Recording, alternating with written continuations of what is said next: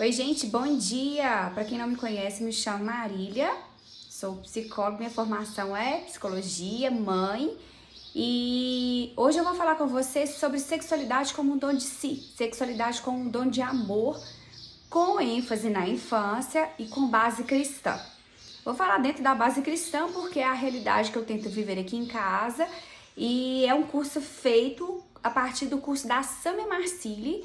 E aí é um curso muito rico. A partir desse curso eu resolvi poder contribuir, servir meu próximo de uma maneira de levar esse conhecimento. Mas quem quiser interesse em fazer o curso mesmo com ela, né, na plataforma dela do Instagram, ela vende e disponibiliza esse curso. A sexualidade como dom de si, ela vai fazer a gente ver, né, uma sexualidade além da esfera de um ato sexual biológico, de um ato de uma biologia, de uma veterinária, vamos dizer. Então, a sexualidade como dom de si, por que eu achei esse tema interessante? Porque são vivências que nós temos com os nossos filhos. Muitas das vezes nós temos medo, vergonha de falar sobre sexualidade com eles e a gente deixa para a rua, para a escola, para a igreja, para a liderança falar de um assunto tão importante e de algo que Deus nos deu, algo que Deus fez para nós. Então eu quero começar falando com vocês, né, de abrir a cabeça para ver a sexualidade além do ato biológico, de algo que seja meramente um ato sexual. É preciso a gente ver a sexualidade não como algo pecaminoso, claro que dentro do casamento, porque a base é cristã. É essa a nossa verdade, é essa a nossa realidade, é isso que a gente segue aqui em casa, então por isso que nós vamos falar de sexualidade dentro da base cristã e uma sexualidade dentro do casamento. Então eu quero compartilhar com vocês aí, nessa primeira aula, sobre a sexualidade. Quando você está me vendo, quando a gente vê algo, a gente, geralmente, a visão, gente, ela imprime algo muito rápido em nós. Não existe tempo da gente pensar e processar. A gente vê e aí já se forma ali um pensamento nosso, né? É algo, eu falo assim, que é como um trovão, né? É algo que não há um interlocutor, é algo que vem e imprime em nós de maneira rápida uma percepção. Eu vou olhando, falando com vocês, olhando aqui, seguindo os tópicos, tá? Para não me perder. Ela imprime algo de primeiro, de imediato em nós e é algo que não é traiçoeiro. Então a visão é muito fácil, você vê, né, e você já tirar uma conclusão ali. Ela já imprime algo muito rápido. Agora, para você me ouvir, por que nós vamos precisar de uma escuta paciente, uma escuta verdadeira para me ouvir aqui? Se você acredita em Deus, você precisa quebrar paradigmas na sua cabeça, ideias, ideologias formadas na sua cabeça, seja pro lado bom ou ruim, seja pro algo que apreende a sexualidade ou que liberta ela. A gente precisa ver a sexualidade como Deus vê, né? Não como o mundo coloca e imprime isso para nós. Por isso que é importante vocês ouvirem. E ouvir imprime em nós, tem um interlocutor. O ouvir não é algo que imprime de imediato em nós. Quando você fala, quando você escuta, né, a gente precisa fazer esse exercício de esperar o outro terminar o que ele está falando, sem ficar pensando no que você vai responder. Nós mulheres, quando nós somos ansiosas, nós não fazemos isso. Quantas vezes o outro está falando, eu já estou ali pensando o que eu vou responder sem ouvir verdadeiramente o outro. Então, para estudar esse tema, nós precisamos ter uma escuta clarificada. A gente precisa ouvir de fato o que o outro quer nos dizer. A gente precisa pensar que a ideia do outro, o que ele quer nos dizer verdadeiramente com aquela ideia. A gente precisa, depois que ouve tudo, depois que você tenta entender o que o outro está dizendo, você confronta com aquilo que há em você. Para falar, olha, isso é válido, isso não é, isso é bom, não é, por que é, não. E aí você então responde, concordando ou não, né? Responde no seu interior, absorve aquela ideia ou não. Então o exercício da escuta, ela demanda mais da gente. Ela precisa mais de nós. Por que ela precisa? Porque ela não imprime algo de imediato em nós. Há um espaço, há uma lacuna aí entre quem está falando, né, o interlocutor, e quem está ouvindo. Então a gente precisa esperar o outro ou falar tudo, entender o ponto de vista do outro, constatar se aquilo bate ou não com as suas ideias, para depois você concordar ou não. Então é esse exercício também que eu te convido a fazer aqui no curso de sexualidade. Então, gente, essa escuta é ouvir com humildade, é ouvir com o coração, sem as suas razões, sem os seus sentimentos, né? A gente aprende muitas coisas sobre sexualidade, mas a gente não pergunta de onde vem, por que nos disseram aquilo, qual que foi a intenção de nos dizer aquilo. Quando me diz que a sexualidade, o sexo é pecado, né? Quantas mulheres carregam essa ideia com culpa, com peso, que vivem isso dentro do casamento, porque as religiões colocaram como peso, sendo que não é. É simples nós pensarmos. Se Deus criou o homem e fez com sexo, que fez com o clitóris, fez com a vagina, fez com o pênis, fez com a próstata. Gente, se Deus nos criou, né, com as áreas erógenas do corpo, Ele nos criou para um fim. E por que a gente acha que esse fim é pecado? Então a gente precisa saber qual a intenção, né? Qual o porquê que foi nos colocado as coisas. Deus nos criou a sua imagem e semelhança. Ele fez a sexualidade, gente, para um caráter procriativo e unitivo. Para um caráter que a gente vai dar continuidade à espécie, mas que vai nos unir ao nosso cônjuge ainda mais. Então, por isso que eu vou falar de sexualidade dentro do casamento. Por quê? Porque a sexualidade fora do casamento não está nos planos de Deus. Quando Deus pega lá em Gênesis, ele fala, né? O homem deixará a casa de sua mãe e de seu pai e unirá a sua esposa. Depois que ele se unir, que aí Deus manda, né? Fala para ele. O princípio é multiplicar, fecundar. Ele não fala primeiro para fecundar, para multiplicar, para ter atos sexuais, para depois se unir. Então existem princípios bíblicos que a geração, o mundo hoje, as ideologias entraram nos nossos lares, infelizmente, nas nossas vidas, mas que a gente tem que seguir princípios. A palavra de Deus não muda. A cultura, as ideologias estão mudando, mas a palavra de Deus não. Então essa é a primeira parte, né? E aí você pode falar assim, eu não concordo.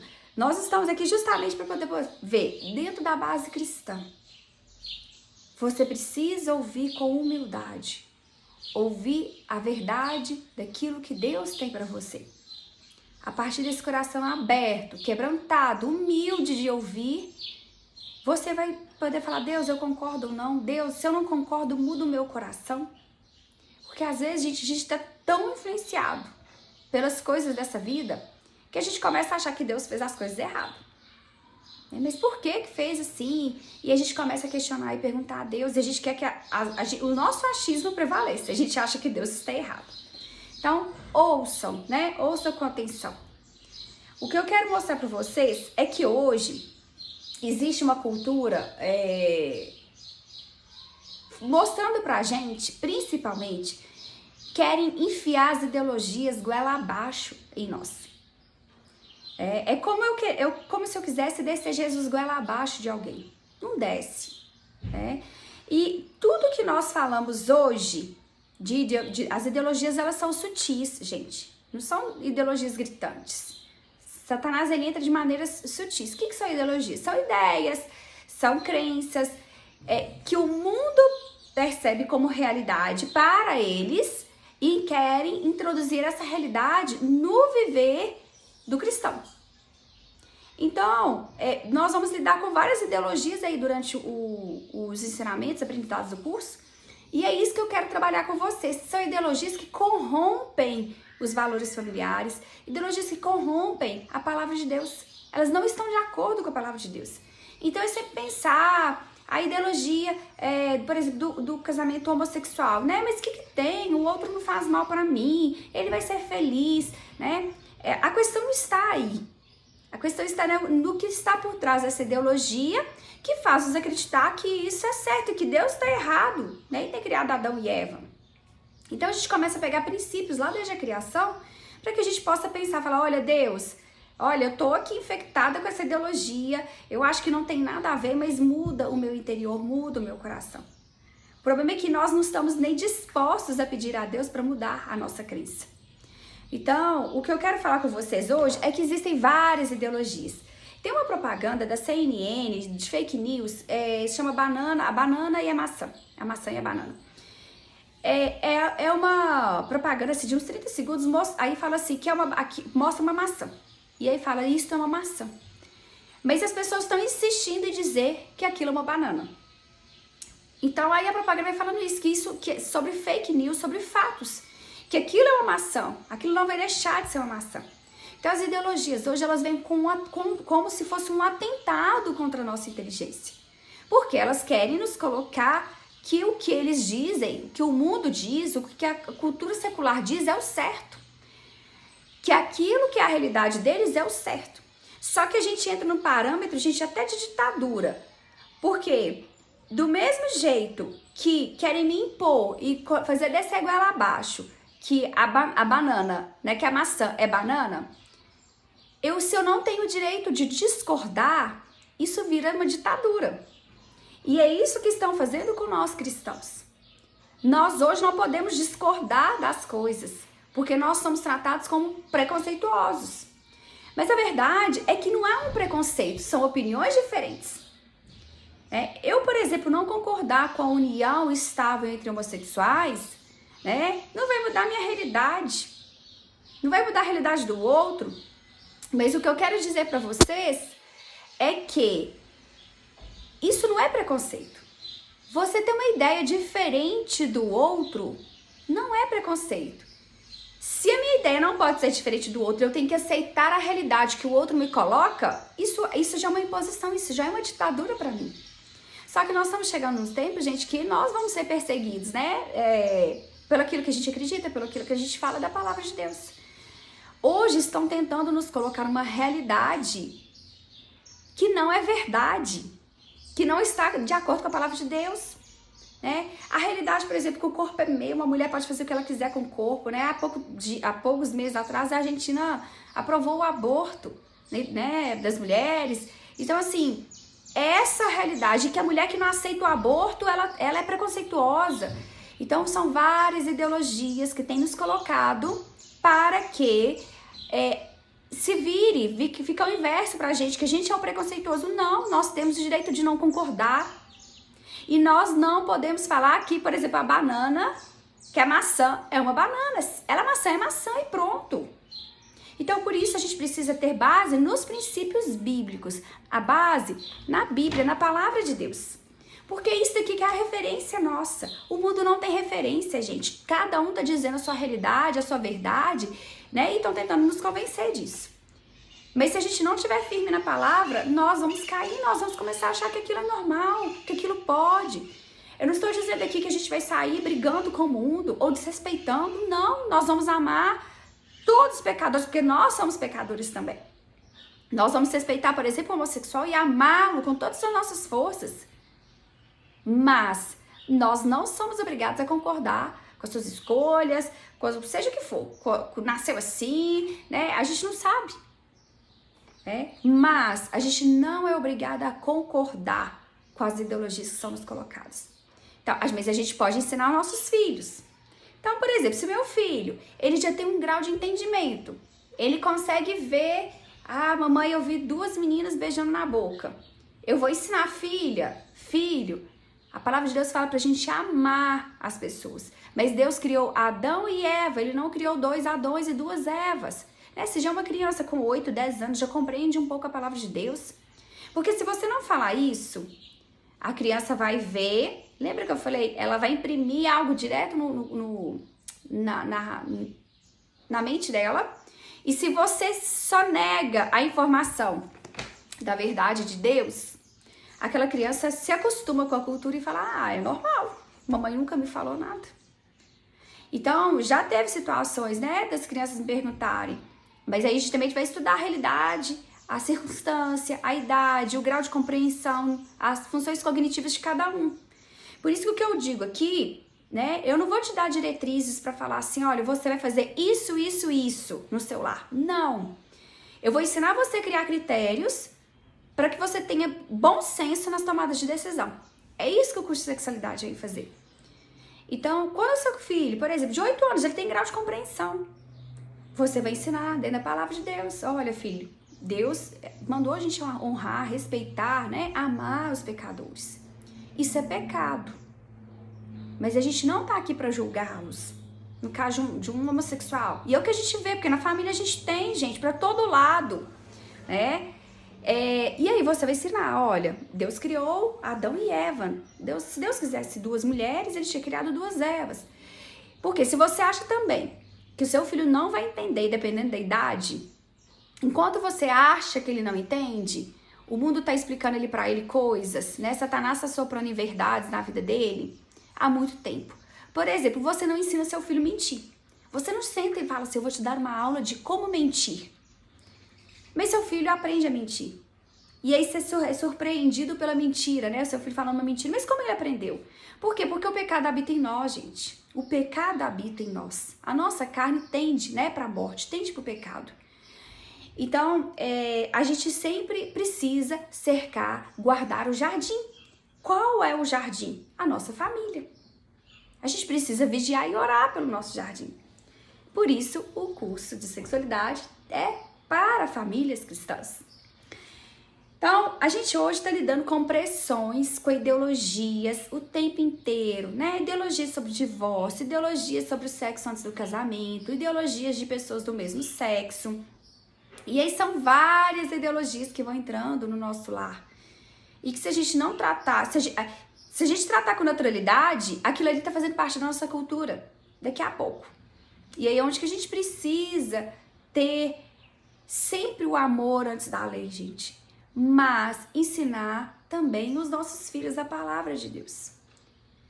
Então, a gente vai falar isso, né, aqui no curso, as crenças, eu coloquei assim, que as crenças, elas são verdades ou ideias trazidas, ditas para nós, e do qual a gente não questiona, a gente não pergunta por quê, para onde, né?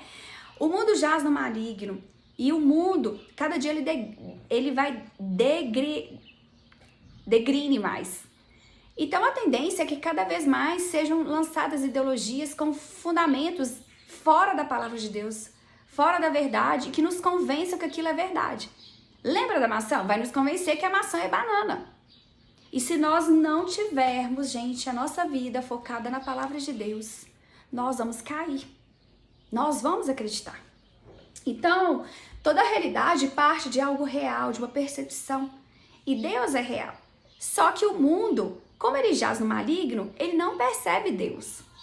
Então, as pessoas, né, as pessoas sem o Senhor, elas vão criar as suas verdades e vão lançar essas verdades para nós. Que é onde que a gente não tem que concordar. Nós não somos obrigados a concordar com as inverdades do mundo. Então, o que o curso de sexualidade ele vai nos ajudar? Pensa que essa mão, essa parte do meu braço aqui, elas são critérios. O que são critérios? São formas como eu avalio a sexualidade. Formas que eu avalio não só a sexualidade, tudo na minha vida. É a maneira, é a forma como eu vou avaliar as circunstâncias, as pessoas, os assuntos ao meu redor. Então, isso é o critério, é a base. Para eu ter critérios, né, eu preciso opinar, eu preciso avaliar, mas eu não preciso expressar isso para o outro, eu estou formando isso em mim. Eu não preciso brigar com o outro e falar que eu tô certa, não é isso que Deus espera da gente. Eu preciso cuidar da minha vida, dos meus filhos e do meu esposo. Eu cuidando da minha casa, do meu lar, gente, deixa que Deus cuida dos outros. Então, isso é o critério, né? É como se fosse essa base aqui. Para eu ter critérios, para eu ter bom senso, eu preciso ter uma base de critérios. E aí eu tenho o bom senso. Isso daqui é o meu bom senso. O bom senso é a minha tomada de decisão. É quando eu recebo a informação, eu absorvi a informação. Aí eu vou ligar, vou lá no critério, vou olhar meus critérios e falar assim, o que tá me formando? Qual que é a base que me forma? Vamos supor que aqui, ó, esteja a minha base. Aí tá o meu critério, meu bom senso. E aí meu bom senso absorve o que tá de fora, ele analisa no meu critério, na minha base, e aí ele vai tomar decisão por um lado ou por outro. Não sei se vocês vão conseguir entender, mas aqui, absorveu do mundo, ligou o meu braço, é o bom senso. E aqui, onde que é minha base, eu tô apoiada na palavra de Deus, é o critério. Essas são as minhas opiniões aqui, as minhas crenças, as minhas avaliações. E aí é desse bom senso que eu vou olhar, olha, eu vou tomar uma decisão equilibrada, eu vou tomar uma decisão rude. Então o bom senso nos leva a ter equilíbrio nas tomadas de decisão com os nossos filhos. Mas para isso eu preciso ter critério. Mas aí eu te pergunto, onde está seu critério? Seu critério, eu falo assim, está nos outros profissionais. Quantos profissionais de psicologia, gente, sem a palavra do Senhor? Quantos profissionais de filosofia, de antropologia, de médicos, né? Quantas famílias sem a palavra de Deus? Sem esse critério. E aí, como que a gente toma bom senso? Como que a gente vai tomar decisão? Como a gente vai ter bom senso de acordo com a palavra, se a gente não tem a palavra como base? Então, a gente precisa saber onde a gente está se alimentando. Se a gente está alimentando em cisternas rotas, né, fossas que vão secar, de águas sujas, que acabam, que são passageiras, ou se nós estamos alimentando nas fontes de águas vivas, que não passam, que são imortais. Então essa é a primeira parte. Por que a gente precisa ter bom senso? Para a gente tomar boas decisões. E o bom senso segundo a palavra de Deus, o bom senso segundo o Espírito Santo de Deus.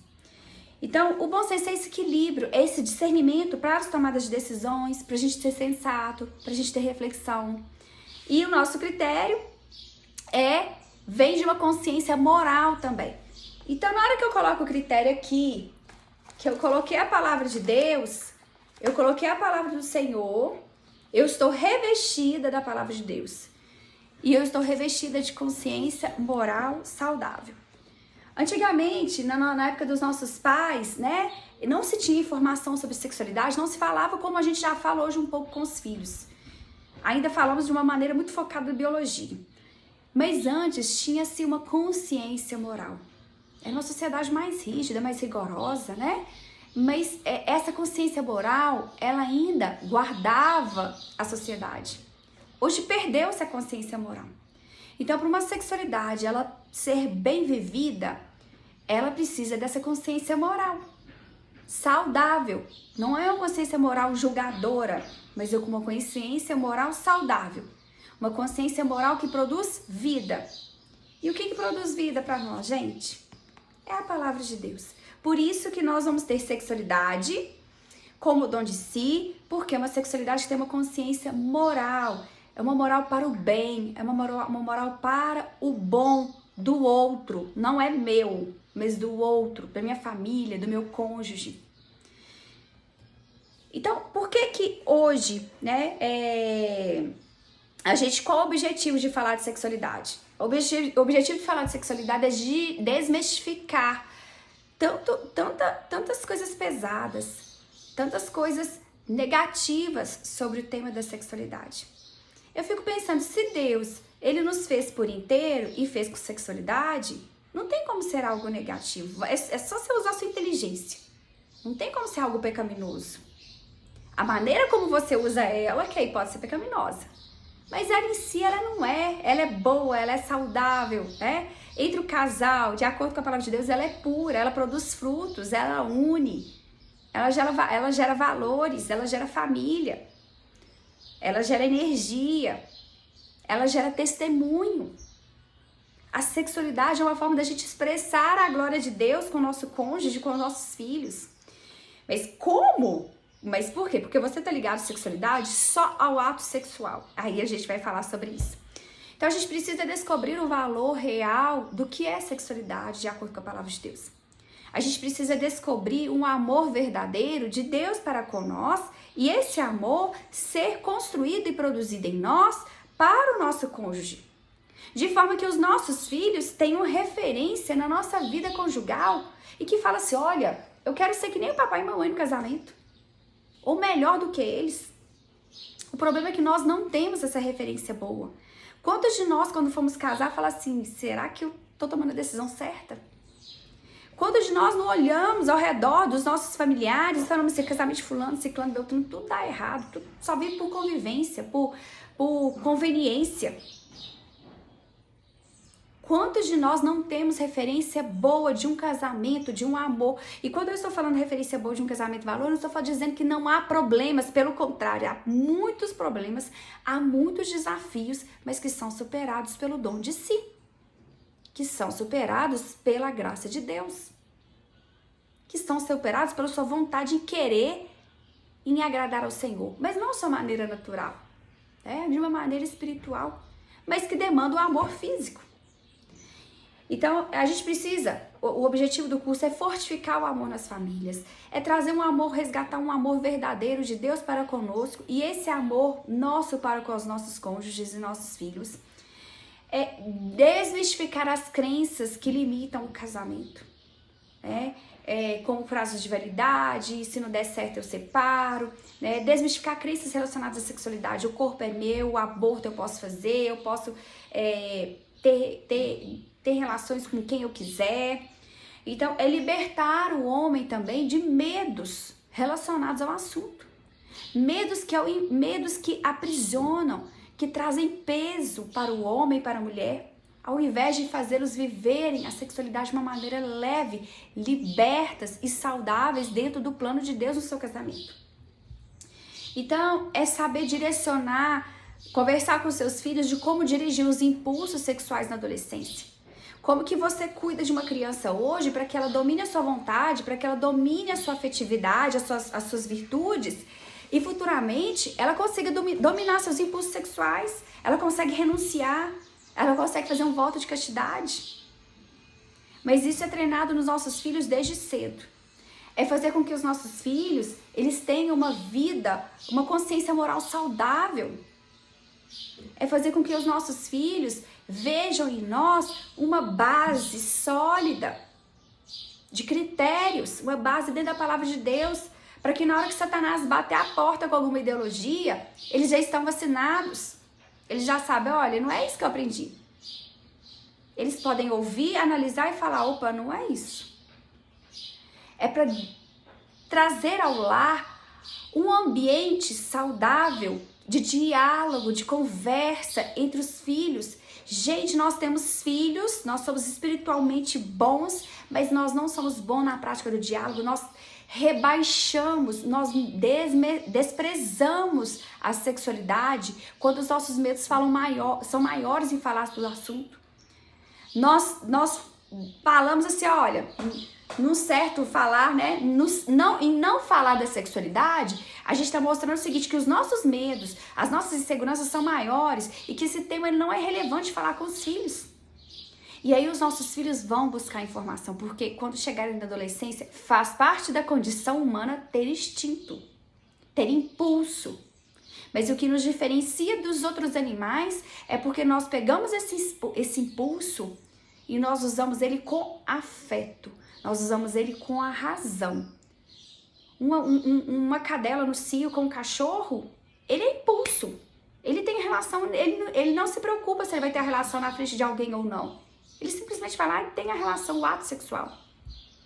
Agora, nós, seres humanos, dotados de critérios, dotados de bom senso, dotados de uma consciência moral saudável, se nós vamos ter impulso, nós vamos ter. O adolescente, por exemplo, quando ele tiver um impulso, o homem, quando ele tiver ele teve uma visão da mulher ali quase seminua na frente dele, passou por ser pelada na frente dele, ele pode ter impulso, mas ele vai saber controlar.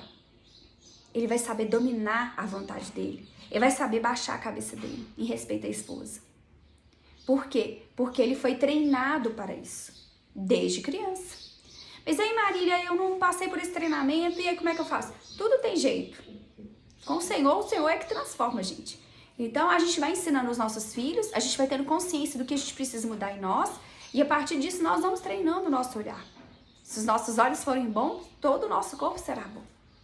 Então, é preciso a gente olhar para a sexualidade com um olhar bom, com um olhar de graça, com um olhar de gratidão a Deus, por ter nos dado a sexualidade. Sem a sexualidade, a espécie humana ela não sobrevive. Sem a sexualidade, as famílias elas não sobrevivem, porque a sexualidade ela tem caráter unitivo também.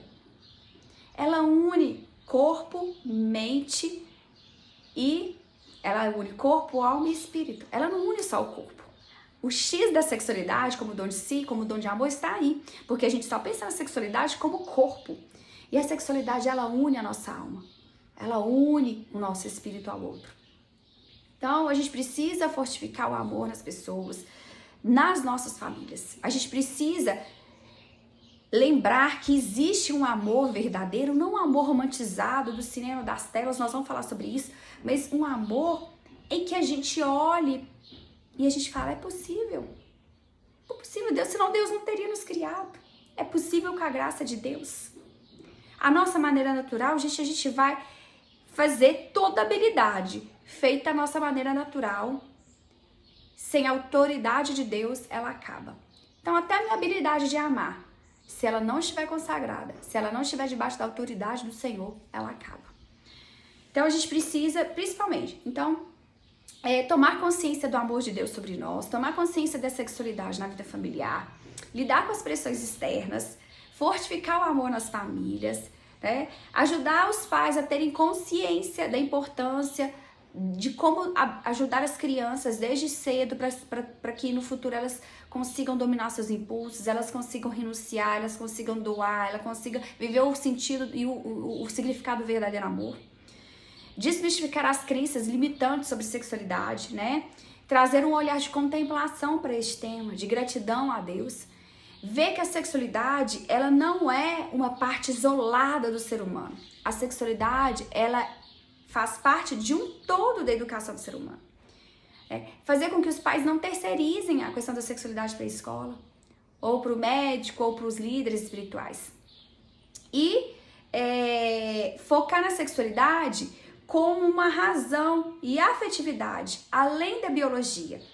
Então, a gente precisa libertar os homens também desses medos, dessa ideia do pecado, e principalmente também saber como orientar os impulsos dos adolescentes na vida adulta e quando eles vierem.